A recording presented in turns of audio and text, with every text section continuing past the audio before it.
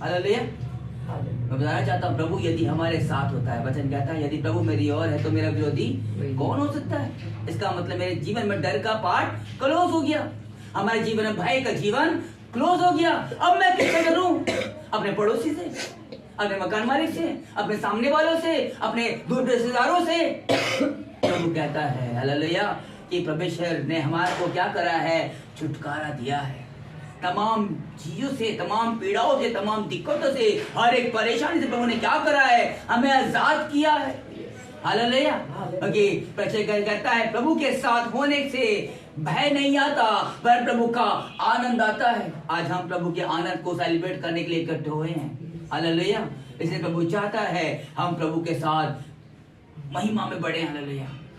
क्योंकि वो जीवन का दृढ़ गढ़ है। कौन है? जीवन का दृढ़ गढ़ है। उसे हमारे अनंत काल का जीवन दिया है। हालेलुया।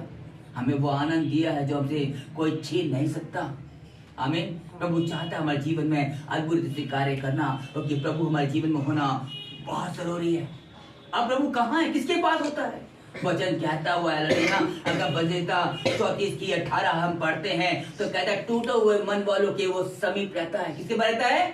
टूटे हुए मन वालों के समीप रहता है और पीसे हुआ का उद्धार करता है।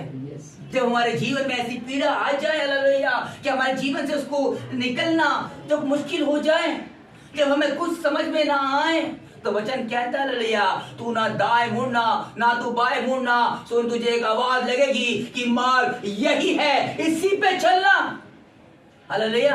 क्योंकि हमारा यीशु मसीह यूहन्ना का पत्री में कहता है सत्य मार्ग जीवन मैं हूँ। यही वो मार्ग है जिससे हमें चलना है हालेलुया, जिसके द्वारा हमारे जीवन में अनंत काल की शांति आएगी। वो शांति नहीं जो पल भर की होती है।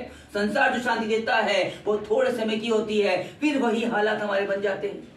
हालेलुया। लेकिन जब प्रभु हमारे जीवन में आता है हमारा जीवन बदल जाता है। हालेलुया।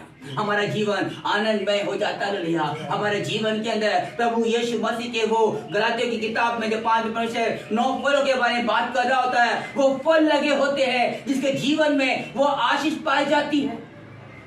प्रेम, आनंद, शांति, धीरज, कृपा, भलाई, विश्वास, नम्रता, संयम, ये यदि हमारे जीवन में पाए जाते हैं फल, तो वचन कहता हमारे अगेंस्ट में कोई भी व्यवस्था लागू नहीं है। हम किसी चीज के अधीन नहीं है। हालेलुया। क्योंकि ये फल एक पेड़ में लगना जरूरी है। हालेलुया। उसके पास प्रभु होता है। हालेलुया। आमीन। जब टूटा हुआ मन होता है तो परमेश्वर रिपेंट को दिखाता है, एक पश्चाताप के साथ और प्रभु के सम्मुख आता है। आमीन। हमें वो पश्चाताप नहीं लेके आ रहा कि मैं बता रहा हूँ लास्ट में बहुत